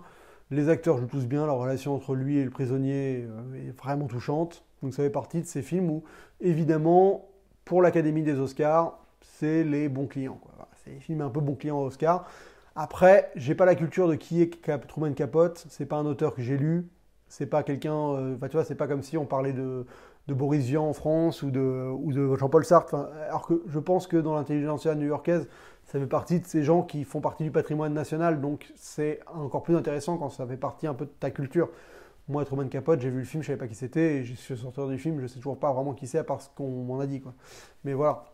Donc ça fait partie de ces films. Si vous voulez un biopic sur un auteur avec une performance d'acteur et une histoire qui est quand même un espèce de semi-polar, Capote, en plus c'est un nom de préservatif. C'est quand même toujours réjouissant de regarder un film qui s'appelle Capote. Numéro 8, on est sur du Darren Aronofsky, on est sur du film pas évident. On est sur The Fountain. Alors The Fountain qui a été un peu son espèce d'énorme projet qui lui a fait faire une longue traversée du désert après, parce que ça a été un énorme bide et que ça avait coûté un peu d'argent. Je vais aller vérifier le budget, mais je crois que ça n'avait pas été gratuit comme film. Coucou, j'interviens rapidement parce que je me suis rendu compte que Critique masquée du passé disait quand même pas mal de conneries, notamment sur le fait que Darren Aronofsky a fait une traversée du désert. Alors en fait, il a réalisé The Whistler 2 ans après. Donc finalement, il n'a pas fait une énorme traversée du désert, mais par contre, là où il aurait pu progresser en budget, il s'est retrouvé à devoir re-réaliser un film extrêmement peu coûteux comme celui de The Whistler. Donc ça lui a quand même mis un petit coup dans l'aile. Voilà. 35 millions de dollars, ouais, c'est pas rien. Ça fait partie des films indépendants qui ont quand même coûté un bon bras, surtout à l'époque. Mais en fait, le film, il a gagné 10 millions de dollars aux États-Unis. Et en tout, dans le monde, il a gagné 15 millions. Donc ça a été un vrai... Oui, il a perdu quand même 20 millions de dollars. C'est pour ça que ça lui a fait mal au derche, au pauvre Darren. Donc Darren Aronofsky, si je me trompe pas, il sortait de Requiem for a Dream, qui avait été un phénomène. Et donc, c'était un peu son film d'après, où on se disait, le mec, il va montrer de quoi il est capable. Et pour le coup, il s'est vraiment embourbé dans quelque chose de compliqué. Franchement, très très compliqué. J'ai vu le film qu'une seule fois, mais c'est un film qui m'a beaucoup marqué. parce qu'il est très particulier. Donc je ne sais pas si en le revoyant, je le réévaluerai à la hausse, parce que ça fait partie de ces films qui sont assez compliqués. Donc peut-être que l'avoir vu qu'une fois, ça dessert un peu le fait de vraiment l'avoir, tu vois, de prendre l'ampleur du film. C'est souvent comme ça avec les films un peu alambiqués et un peu particuliers de certains auteurs. Et c'est de nouveau moi. Écoutez, en fait, j'ai revu le film entre le moment où j'avais raconté tout ça et maintenant. Et donc, je peux vous dire que j'ai pas nécessairement réévalué le film à la hausse. Mais voilà, ça va me permettre de vous donner un regard un peu neuf, ou en tout cas un peu plus vif sur le film que j'avais vraiment plus vraiment en tête au moment où j'en avais parlé. Je vais quand même vous pitcher le film parce que ce Gugus là, je dis ça parce qu'il n'est pas là, hein, mais vous voyez de qui je parle, le mec avec la chemise blanche, en fait il a très très mal pitché le film, donc je vais vous le pitcher moi. Voilà, on suit l'histoire de Tom qui est joué par Hugh Jackman. On va le suivre à travers 3 époques. Alors est-ce que c'est des époques, est-ce que ce sont juste on va dire des manières d'être, je sais pas trop, on en parlera un peu après. Donc 3 époques, en 1500 où il est conquistador et il est chargé par la reine d'Espagne d'aller chercher l'arbre de vie en Amazonie, en Amérique centrale. En 2000, dans les années 2000, où il est médecin et il essaye, en fait il est chercheur et il essaye de trouver une cure, une espèce de remède à la maladie de sa femme qui est une tumeur au cerveau tout simplement. Et en 2500, c'est marqué sur l'affiche, il y a une timeline en fait en bas de l'affiche, donc c'est de là où j'ai les dates, où il est astronaute dans un espèce de vaisseau spatial qui a une grosse bulle avec un arbre, et il est chauve, on a l'impression que c'est un moine bouddhiste, et où il navigue vers une nébuleuse pour redonner vie à cet arbre qui est en train de dépérir. Voilà, donc on est sur un film qui traite de l'obsession, hein. Aronofsky, c'est un peu son sujet principal, tous ces films vont traiter d'obsession, et donc là, l'obsession du personnage de Hugh Jackman, de Tom, c'est de sauver sa femme, ou de trouver une source de vie éternelle, de vivre éternellement, de défier la mort à travers ces différentes timelines qui ne sont pas vraiment des timelines parce que, par exemple, en Espagne, quand il est conquistador, c'est en fait la transposition d'un livre que la femme de Tom en 2000 est en train d'écrire. La femme est jouée par Raquel Welch, pour info, et en 2500, est-ce que ce serait pas un peu le côté spirituel de Tom, son espèce de moi intérieur, plutôt que vraiment une transposition du futur. Voilà, c'est un peu... Il n'y a pas vraiment de clé de réponse à ça, c'est un peu laissé à l'interprétation du spectateur. Et avant de redonner la parole à moi du passé, je tenais à vous dire que même en ayant revu le film, non, je n'ai pas réévalué le film à la hausse, honnêtement. Je suis quand même très mitigé sur ce film, mais laissons parler un peu celui qui avait un vague souvenir du film, mais qui disait pas des choses non plus inintéressantes. Écoutez, ça fait partie de ces films, je sais qu'il y a plein de gens qui l'adorent parce qu'ils ont compris un truc et que le film a plusieurs degrés de lecture. Donc oui, je pense que c'est un film qui est plus riche qu'il n'en a l'air. Enfin, il a l'air bien riche parce que c'est vrai que quand tu te le bouffes, il y a quand même un côté assez alambiqué et voilà, plusieurs niveaux de réalité. On est sur un conquistador, sur un mec qui fait de la méditation, sur un médecin dans le présent, avec cette espèce de thématique centrale, tu vois, qui lie le tout, mais tu te demandes, est-ce que c'est le même personnage, des réincarnations, est-ce que c'est juste différents niveaux d'état, plusieurs niveaux d'interprétation. C'est un film qui visuellement a des audaces, hein, que ce soit sur sa reconstitution du côté conquistador au début du siècle, ou au début du siècle, conquistador il y a très longtemps, ou même toute la partie justement dans ce que j'appelle le futur, mais c'est pas réellement le futur, mais dans la bulle avec l'arbre et tout ça, c'est un film qui a des passages vraiment visuellement prenants, mais qui peuvent te perturber dans ce que ça essaie de raconter justement, parce qu'il y a un côté où c'est pas très convenu comme narration. Donc ça ressemble vraiment à un trip de réal, mais c'est quand même dommage de pas l'avoir pleinement en tête pour pouvoir essayer de le creuser, parce que je pense que ça fait partie de ces films qui sont assez riches, et au moins, même si c'est pas bien, c'est bien, tu vois, un film comme Mother, qui est le dernier film d'Aronofsky que j'ai vu. Je suis pas un grand fan du film, mais tu peux pas lui enlever la volonté au moins de faire un film qui est thématiquement riche et qui a plusieurs niveaux de lecture. Donc pour le coup, je veux dire, c'est quand même un cinéaste qui raconte souvent la même chose, hein. Enfin je veux dire, qui a vraiment des obsessions très précises, qui est d'ailleurs l'obsession, et le côté création, et même la mort, enfin ce rapport à la mort aussi. Mais au moins il essaye toujours de te faire des œuvres qui vont pas, qui sont pas des espèces de pamphlets simplistes. Après, beaucoup de gens sont horrifiés parce qu'il y a un côté, enfin voilà, je me souviens de Mother, c'est un film qui avait énormément divisé à l'époque. Il y avait vraiment les gens qui trouvaient que c'était une purge sans nom, et ceux qui avaient adoré parce que justement, voilà, c'était un film riche et tout ça. Bon, voilà, moi j'avoue que je me situe toujours entre les deux parce qu'en fait, ça fait partie de ces films où je ne ressens rien. Enfin, je veux dire, autant Requiem for a Dream, c'est un film qui me prend vraiment aux tripes. Autant The Fountain et par exemple Mother, c'est des films où je ne ressens rien devant. Donc après, oui, c'est rigolo d'y réfléchir, c'est rigolo d'essayer de comprendre exactement toutes les symboliques et tous les différents sens et les degrés de lecture. Mais quand devant un film, tu ressens que dalle, c'est quand même, voilà, c'est quand même, pour moi, la principale expérience de regarder un film, c'est d'être embarqué et de ressentir quelque chose émotionnellement, un minimum. Je veux dire, j'aime beaucoup les films, pour moi, il y a des films qui sont très sympas à décortiquer de manière cérébrale, quoi, de se dire, alors, l'auteur, il a voulu dire ça et ça et ça. Mais il marche dans un deuxième temps si la première fois, tu as quand même réussi à te faire embarquer dans quelque chose qui t'a émotionnellement touché. Je veux dire, et là, on n'est pas je trouve qu'on n'est pas dans un cadre comme un film comme 2001 qui te demande de pas essayer de comprendre, juste de vivre une expérience, parce qu'il essaye fondamentalement de te faire comprendre des choses, enfin, de t'inculquer des notions. Et c'est ça la grande nuance entre un Aronofsky et un Kubrick, par exemple, c'est que tu en as un qui n'est pas là pour te faire comprendre les choses, qui est juste là pour se faire ressentir des trucs, et débrouille-toi un peu à la manière de Lynch, hein. Enfin, je veux dire, il y a un parallèle qui existe, avec ces réals qui te balancent un truc dans la tronche et qui essaient pas de te faire... qui n'ont pas peur de se dire qu'ils sont pas là pour être compris. Alors qu'un mec comme Aronofsky, c'est un mec qui te laisse les clés pour comprendre et qui a envie que tu le comprennes. Donc il fait un truc qui est alambiqué, mais il a envie que tu aies la clé et que tu te dises genre en fait, regarde, ça veut dire ça, tu vois. En fait, c'est la Bible, en fait. T'as vu, regarde, c'est la Bible. Donc, ah ouais, là, il y a le déluge. Tu vois, voilà. Donc c'est... ouais, il s'appelle Adam. Il s'appelle Caïn, tu vois, il a tué son frère. Enfin, je veux dire, voilà, c'est que des trucs comme ça. Ça, c'est pour Mother, hein, parce que The Fountain, j'avoue que j'ai très peu de souvenirs, malheureusement. J'aurais bien aimé pouvoir en avoir un peu plus. Et c'est là que j'interviens, écoutez, en ayant plus de souvenirs du film, je dois vous avouer que, en fait, j'en garde vraiment la même sensation. C'est un film qui m'a pas du tout intéressé. Les personnages ne m'intéressent pas, je suis pas impliqué émotionnellement.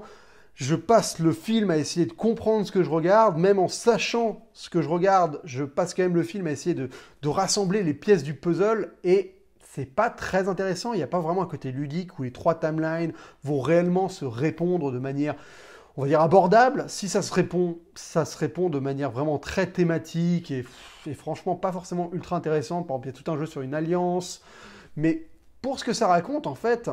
Ça devrait être un truc poignant sur un homme qui est en train de perdre sa femme et qui fait tout pour essayer de la garder et qui n'arrive pas à accepter la mort. C'est ça ce que ça raconte. Mais émotionnellement, j'ai jamais rien.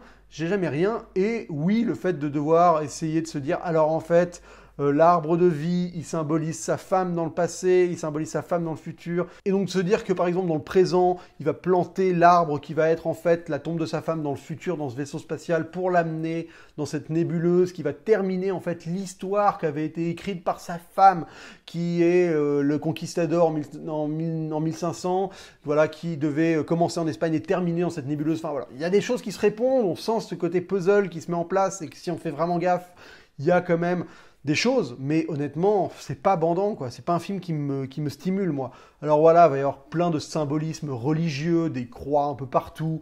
Il y a des beaux plans avec ces espèces de portes d'hôpital qui forment des croix avec les lumières. C'est joli. Ça colporte, encore une fois, énormément de symbolisme. Il y a énormément de symbolisme sexuel aussi. Enfin voilà, la sève de l'arbre qui ressemble à du sperme. Enfin, il y a tout un côté un peu séminal avec cet arbre de vie. Il y a l'arbre et la femme qui ont un lien. Il y a un peu ce mythe d'Adam et Ève qui est en train qui est cité dans le film même, avec ce côté tu vas trouver cet arbre et tu arriveras à ramener l'immortalité et on pourra devenir Ève et Adam et recréer un monde. Enfin voilà. Mais est-ce que ça m'intéresse? Non, pas vraiment. Mais je crois que Critique masquée du passé avait envie de vous demander votre avis, vous, sur Mother. Non, pas sur Mother, sur The Fountain. Voilà, si vous avez des vraies théories sur The Fountain et que vous avez encore une fois des clés de lecture, n'hésitez pas à les mettre dans les commentaires, parce que ça servira aux gens qui veulent découvrir ce film, ça servira à moi la prochaine fois que je vais le revoir, parce que ça fait partie de ces films que j'ai envie de revoir, maintenant que j'en parle. C'est aussi l'intérêt de cette émission, c'est qu'elle me donne envie de voir certains films. Et La Fontaine, The Fountain en québécois, enfin La Fontaine en québécois, ça fait partie de ces films que j'ai envie de revoir, parce qu'une seule fois n'est probablement pas assez pour prendre la pleine mesure de ce qu'est ce film. Et ben en fait, pour moi, ça l'était largement. Honnêtement, j'aurais pu ne pas le revoir et j'aurais pas franchement changer mon opinion dessus. Même si c'est potentiellement une énorme branlette de 2 heures. Peut-être, mais à la fois, qui suis-je pour fustiger la branlette? Qui suis-je? Je ne crois pas que je suis en position de venir réprimander qui que ce soit pour s'être branlé pendant 2 heures. Voilà, chacun fait ce qu'il veut. Et bon, après le truc c'est qu'il nous montre cette branlette, mais pourquoi pas? Pourquoi pas? Donc à revoir, The Fountain, il fait partie dans cette longue liste de films. Je vais peut-être faire une wishlist Amazon avec tous les films que j'ai envie de revoir. Comme ça, vous me suivrez au fur et à mesure, vous verrez les DVD qui débarquent. Et si vraiment ça vaut le coup que j'en reparle, eh ben, je ferai peut-être un numéro sur les films que je voulais revoir et que j'ai pas et dont ça valait le coup de reparler une fois que je les ai revus. Peut-être, écoutez, c'est en gestation tout ça. Mais là, on va passer au numéro 9. Et le numéro 9, comme vous le savez, c'est vous qui l'avez choisi. Et donc le numéro 9, j'ai pris tous les films que vous m'avez donnés avec le chiffre 9 avant. Voilà, merci beaucoup d'avoir participé à ça. Donc je les ai tous mis dans un espèce de shuffler. Et donc en cliquant sur le bouton, je vais tomber sur le premier film. Et donc j'ai mis les petits noms des pseudos des gens qui sont concernés. C'est parti. Et on tombe sur l'effet papillon, The Butterfly Effect. Donc merci beaucoup à Monsieur Merci. En plus tu portes un nom où il y a merci dedans. Donc merci Monsieur Merci d'avoir proposé l'effet papillon. Écoute, franchement, super film. Je suis content d'en parler parce que c'est un film que je connais bien. Alors avant que j'en parle, je vais quand même dire ce que tu me dis dans ton commentaire parce que j'ai aussi ma vidéo pas loin et je me souviens que tu avais mis des trucs. Donc je vais chercher ça. Alors, Monsieur Merci, sur l'effet papillon, il dit « Un scénario qu'on jugerait tiré d'un bon livre de Stephen King avec une ambiance Nolan/Stranger Things à redécouvrir. Bien dommage que le duo n'ait pas fait d'autres films par la suite. » Alors, tu as fait un film énorme en majuscule. Il y a la série Kyle XY. Je ne sais pas ce qu'elle vaut. Ben, moi non plus, écoute. Et donc, un nouveau film étant en enfer du développement depuis un certain temps. Oui, parce que c'est le duo d'Eric Bress et Mackie Gruber, donc c'est 2 réalisateurs, je ne savais pas qui avaient réalisé ce film, écoute.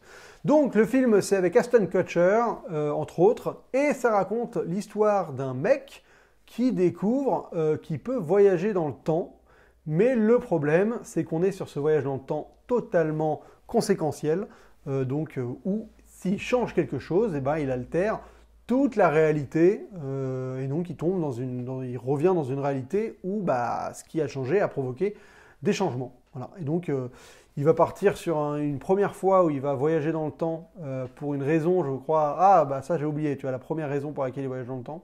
Ouais, je me souviens plus c'est quoi l'événement qui le fait remonter dans le temps la première fois, mais je crois que le film commence dans le futur, enfin on est bien avancé dans le truc, il est sur l'ultime moment où il essaye de revenir dans le temps une dernière fois avant d'être lobotomisé, je crois. Je crois que ça commence comme ça, et après on revient dans l'histoire, et on comprend qu'en fait, à chaque fois, il veut remonter dans le temps pour sauver, souvent c'est sa copine, là.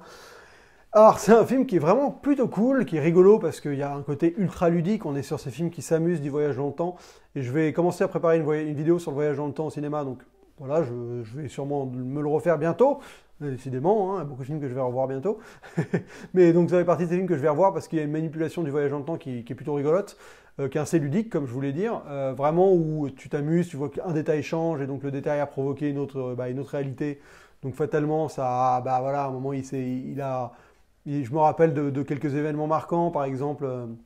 Il va empêcher le père de faire quelque chose.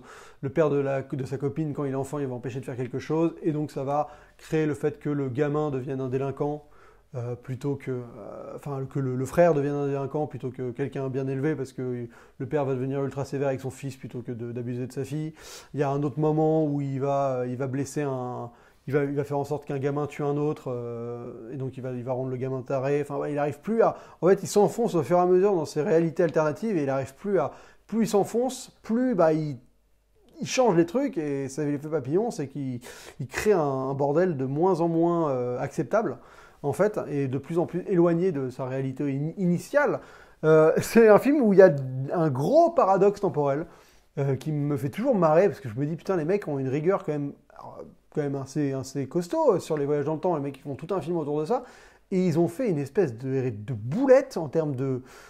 ça m'énerve à chaque fois que je le vois, ce film, rien que pour ça. C'est vraiment encore, on est dans le même détail que dans Petit meurtre entre amis, où c'est un micro-détail, mais il l'utilise comme un moyen de réussir à... À un moment, le personnage est en prison, et donc il veut faire comprendre à son coloc qu'il arrive à voyager dans le temps, grosso merdo. Et donc, il arrive à lire, et il n'a pas accès à ses journaux, mais il a une page. Et donc, il peut revenir à un moment précis de son enfance. Et il revient à un moment où il va s'enfoncer les mains, sur 2 gros pics. Vous savez, les pics sur lesquels les mecs ils mettent les additions dans les restos, par exemple. Donc il va se planter les mains comme ça. Et donc, on revient dans le présent, et son coloc de prison le regarde, il fait « Oh putain! Oh mais t'es Jésus! Enfin genre, ouais, t'es paranormal, il y a deux cicatrices qui viennent d'apparaître comme par magie. » Ben non les gars, ben non. Pourquoi? Non, parce qu'il a fait ça enfant, ça crée une nouvelle réalité, où depuis toujours, il a ses cicatrices aux mains. Pourquoi d'un coup, là, les mecs autorisent la cicatrice à apparaître soudainement dans la réalité d'avant? Enfin, je comprends pas, tu vois. Et c'est super bizarre d'un coup de dire... Enfin, tu fais un film qui est plutôt rigoureux sur le voyage dans le temps, où tu as une vraie logique sur laquelle le film tient tout le long. Et pour une facilité de scénario, pour faire en sorte qu'un mec dans une prison te croie, tu vas bafouer ta logique comme ça, bah les couilles. Ah non, mais c'est relou. Ça me fait toujours chier maintenant quand j'y pense, parce que je vois vraiment les auteurs qui se disent genre « Oh, vas-y, personne s'en rendra compte, franchement. » Parce qu'ils sont conscients qu'ils se plantent. Enfin, ils sont conscients qu'ils créent un paradoxe temporel et que leur logique, elle fonctionne pas sur cette séquence-là et qu'ils nous mettent un doigt dans le cul. Ils en sont conscients, mais ils nous le mettent quand même, quoi. Donc franchement, ça me saoule parce que les mecs soient rigoureux jusqu'au bout, quoi. Il y avait d'autres moyens de faire en sorte que le mec y croit que de devoir faire ce truc avec les traces, quoi. Donc c'est un petit détail, hein, c'est un micro-détail, mais ça m'a toujours marqué parce que je me suis dit, mais pourquoi, quoi? Pourquoi il a fait ça? Enfin bon, bref. C'est un film qui a plusieurs fins, si vous ne le saviez pas. Eh oui, alors, vous allez voir les fins alternatives, je vais essayer d'en parler parce que je vais m'enseigner, parce que je me souviens d'une qui est improbable au possible. Donc, je vais spoiler les différentes fins de l'effet papillon. Voilà, vous êtes prévenus. Donc, c'est un film qui a 4 fins. Alors, la première fin, qui est donc l'original, qui était dans le film que j'ai vu à l'époque, il revient à la première fois qu'il rencontre donc sa copine, enfin la blonde avec laquelle toute l'histoire a lieu, et il lui murmure un truc horrible à l'oreille, genre « M'approche pas, sale garce, je te déteste ». Et donc la fille ne grandit pas en étant son pote, et donc elle a une vie heureuse. Et c'est la fin du film, voilà. Sauf qu'il y a un espèce d'épilogue où il est dans la rue, et donc là il y a 3 fins différentes. Il y a un épilogue où il est donc un peu plus tard dans le monde, et il la croise dans la rue, et il y a une fin où il ne fait rien, où voilà, il la laisse partir et il fait rien. Il y a une fin qui est une fin donc alternative, qui est un peu, on ne sait pas trop, qui est une fin ouverte où il la suit dans la rue, mais on ne sait pas ce qui se passe. Et il y a une fin qui est en mode happy end, où ils discutent et ils partent ensemble. Et il y a une dernière fin, qui est la fin de la version Director's Cut, qui est mais improbable au possible, où donc à la fin, donc le principe c'est que le mec arrive à voir des films pour regarder un dernier souvenir et réussir à remonter dans le temps pour tout changer avant d'être lobotomisé. Et il revient au moment où sa mère est enceinte, et il se tue en tant que fœtus.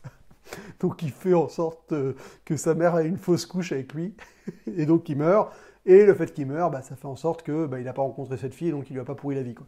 Grosso merdo, c'est ça, et c'est improbable, mais cette fin totalement dératée, quoi. Franchement, ils sont dingues, les gens. Les mecs se tuent en tant que fœtus. Donc voilà, donc c'est les 4 fins de l'effet papillon. C'est un film que j'aime bien, il y a vraiment... c'est un film qui passe vraiment rapidement, il y a pas... Voilà, c'est pas forcément ultra malin, mais c'est vraiment divertissant dans ce genre de film un peu paranormal, un peu alambiqué, avec des jeux de voyage dans le temps. C'est vraiment cool. Moi j'aime bien, je trouve que ça fait partie de... En fait, je suis déçu qu'il n'y ait pas plus de films français qui un peu utilisent ce principe-là. Il y a évidemment il y a un film français pas très connu qui s'appelle Plan de table, qui n'est pas vraiment le même principe, mais qui joue un peu de ce côté what if, quoi. Qu'est-ce qui se serait passé si? Et au final, c'est ça un effet papillon. C'est qu'est-ce qui se serait passé si, à ce moment-là de ma vie, j'avais fait ça plutôt que ça, et on voit les 2 possibilités. Et Plan de table, c'est un film où on voit une meuf qui organise un plan de table pour un mariage, et en fonction d'où elle place les étiquettes sur une table, ça crée différentes timelines, quoi. Et donc ça, voilà. Et donc c'est une comédie française récente, si vous aimez bien ce genre de films qui sont basés sur des high concepts un peu métaphysiques, de jeux un peu avec les logiques temporelles et tout ça, et on a un exemple français récent qui est plutôt rigolo. Voilà, donc c'est pas dingue, hein, c'est pas hallucinant, mais ça fait le taf. Et c'est ce qu'on a de plus proche de l'effet papillon, à moins que vous ayez d'autres exemples à me fournir, n'hésitez pas. N'hésitez pas. Et en tout cas, je remercie encore une fois Monsieur Merci d'avoir contribué à la proposition de cet épisode. N'hésitez pas à contribuer pour les prochains. Vous mettez 9 et vous me donnez le nom du film que vous voulez me proposer. Vous pouvez mettre une petite critique du film que je lirai à chaque fois. Comme ça, au moins, et bah, ça vous fait participer. Je suis content. Donc, on va faire le dernier film. Voilà, j'ai pas encore trouvé de petites variantes pour le dernier. Mais écoutez, on va quand même le faire. Et le numéro 10, c'est un film d'animation qui ressemble, pas forcément de près, mais en tout cas un peu de loin, à un autre film d'animation qui est sorti à la même période, décidément. C'est une espèce de similitude entre les films d'animation. Ça me fascine toujours. Donc c'est Robots de la Fox, qui était sorti en 2005. Pas très loin de Wall-E, qui pour le coup, bon, c'est deux films d'animation qui parlent juste de robots, mais il n'y a vraiment rien à voir dans l'histoire. Robots, on est sur un film avec une société de robots, et t'as le robot qui vient de la campagne, qui décide d'aller en ville pour rencontrer l'homme qu'il admire le plus, le grand inventeur. Et arrivé en ville, il va se rendre compte que les choses ne sont pas vraiment comme il pensait qu'elles étaient. Donc vraiment, on est dans le film d'animation bête et méchant. Bon, l'univers est plutôt sympathique, je veux dire, on est dans un univers entièrement mécanique, de robots.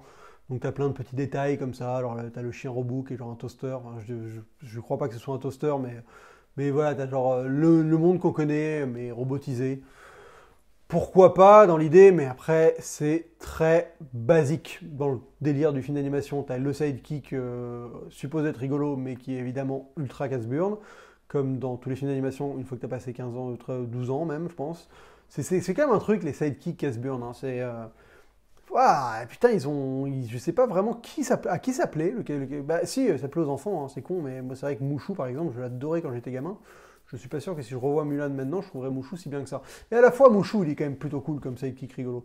Mais là, le sidekick, c'est un robot rouge, là, il est pas possible. Là, je m'en souviens, il est horrible. Voilà, et bon, il va essayer de rencontrer l'inventeur, et on se doute depuis le début que l'inventeur, en fait, il est pas si clean que ça. Il y a tout un délire sur une corporation qui est au centre de la ville, et qui évite de filer des pièces de rechange aux vieux robots, un truc comme ça. Enfin, il y a un côté un peu lutte des classes. Très bateau, quoi. Enfin, l'histoire, c'est vraiment l'histoire de base. T'as l'espèce de love interest qui est la meuf intrépide, machin. C'est très bateau, quoi. C'est vraiment le film d'animation en kit, j'ai l'impression. Après, c'est pas mauvais, hein. C'est plutôt cool. Ça a le mérite d'être original, mais de toute façon, les films d'animation ont quand même souvent le mérite d'être original et de proposer des univers un peu nouveaux. Mais par contre, j'ai l'impression qu'il est tombé dans les limbes de l'oubli des films d'animation des années 2000, quoi. Vraiment, là, avant que je tombe dessus, là, j'avais totalement oublié son existence, quoi. Et pourtant, je l'ai vu au cinéma, je l'ai même dû le voir avec des enfants un jour, quand je voulais leur passer un petit film sur Netflix, ou un truc comme ça, quoi. Parce que c'est pas si pire, ça passe, mais c'est vrai que ça casse pas trois pattes à un canard. Voilà, c'est vraiment le film d'animation. C'est relou de finir avec un film où j'ai pas grand chose à dire, parce qu'il y a pas grand chose à dire, quoi. C'est robots, voilà. C'est pas si pire, mais à côté d'un Wall-E, par exemple, c'est des années-lumière. T'en as un qui raconte vraiment quelque chose, et t'en as un autre, c'est vraiment le récit bateau, le voyage du héros, quoi, la base basique, tout con. Non, parce que d'ailleurs, il a pas le rejet de l'aventure, parce qu'il veut tout de suite partir à l'aventure, et c'est même sa famille qui veut pas qu'il y aille. Et tout ça, mais c'est dispensable, extrêmement dispensable comme film d'animation. Mais bon, si vous avez éculé tous les films d'animation que vous connaissez et que vous connaissez pas Robots, et ben voilà un que vous n'avez pas vu et que vous pouvez découvrir. Je suis désolé de finir par un film pas terrible, où j'ai pas grand chose à dire, mais c'est comme ça cette émission. Hein. Il y a des fois on tombe sur Robots, quoi. Et des fois on tombe sur une Glorious Bastard où je parle pendant 20 minutes. C'est comme ça, c'est les aléas du hasard. Le hasard, j'aime beaucoup le hasard. Moi je serais le genre de mec, c'est en mode pile ou face, quoi, en mode double face. Tu fais tous ces choix avec une pièce, quoi. Faut pas, hein, c'est une très mauvaise idée. Mais voilà, donc Robots. Produit par la Fox, c'était les mecs qui ont fait L'Âge de glace. C'était à l'époque où ils se battaient encore pour faire de l'animation. Ça n'a pas duré, hein, parce que L'Âge de glace, il y en a eu, je sais pas, 5, 6, 4. Non, je crois qu'il y en a eu 5. Ouais, je crois qu'il y en a eu 5. Il y en a eu un dans l'espace, je crois, si je ne me gourre pas. Le dernier, enfin, sérieusement, c'est devenu... Alors que c'était un peu un événement, mais en fait, c'est pareil, je sais pas si tous ces films-là, ils ont arrêté d'être bien, ou c'est juste que moi j'ai grandi et que ça a arrêté de m'intéresser. Alors que bon, en 2005, j'étais quand même pas tout jeune, hein, donc je suis allé voir au cinéma, ça a dû me divertir vite fait, mais j'étais pas en admiration devant les robots, et je pense que peut-être que quand t'as 10 ans, tu trouves ça cool, parce que le héros, il est inventeur, il y a plein de petits détails sympathiques et tout ça, quoi. Mais bon, voilà, je me souviens aussi d'une espèce de métro où il se déplace en balançant des billes, et c'est genre le moyen de transport le plus improbable de la planète. Ouais, bon, voilà, c'est la société du robot, de Robots. C'est tout pour cette émission. Merci énormément d'avoir suivi cette émission jusqu'au bout. L'espèce de petit podcast audio vidéo que je vous fournis hebdomadairement. Voilà, pour que vous puissiez avoir votre petite dose de cinoche de discussion cinéma, 10 films. On a encore une liste bien différente, bien homogène, avec du film d'horreur, du James Bond, un film espagnol, un film anglais, un Tarantino, un David Lynch, un biopic, un film d'Aronofsky. Et après, le 9 et le 10, il y avait Robot, c'est celui d'avant, c'était quoi? J'ai oublié déjà le 9. Ah bah si, le 9, c'était l'effet papillon. Eh oui, l'effet papillon, putain. Et bah dans cette liste, il y a pas mal de films que j'aimerais bien revoir, en fait. C'est surtout ça, hein. Parce que c'est quand même le syndrome de cette émission. Mais c'est horrible, parce qu'il faudrait que je les voie avant d'en parler, ça serait plus intéressant, évidemment. Mais le principe, c'est que dans ce cas-là, c'est plus au hasard. Et ok, j'ai perdu la spontanéité, et ça devient compliqué. Donc bon, je vais essayer quand même de peut-être... Bon voilà, ouais, écoutez, c'est comme ça. C'est comme ça. C'est fini pour cette émission. Merci beaucoup d'avoir suivi ça jusqu'au bout. Je rappelle que le 16 septembre, il y a Devil Town qui passe au cinéma, qui passe en plein air, au Festival des Arènes de Montmartre, festival solidaire des Arènes de Montmartre. Vous pouvez pas encore prendre de place, je ne sais pas s'il y a une billetterie ouverte, mais je vous tiens au jus. Si vous voulez venir, n'hésitez pas à me contacter. Voilà, je vous donnerai les informations nécessaires pour aller voir Devil Town. Et n'hésitez pas non plus à aller sur mon Utip pour regarder des pubs et faire en sorte que j'ai des deniers. C'est très sympa. Et si vous voulez sponsoriser les meilleurs scénaristes d'Hollywood, n'hésitez pas non plus à aller sur notre Tipeee. Voilà, tout est dit. On se retrouve très vite pour une prochaine vidéo. Et d'ici là, bonne toile!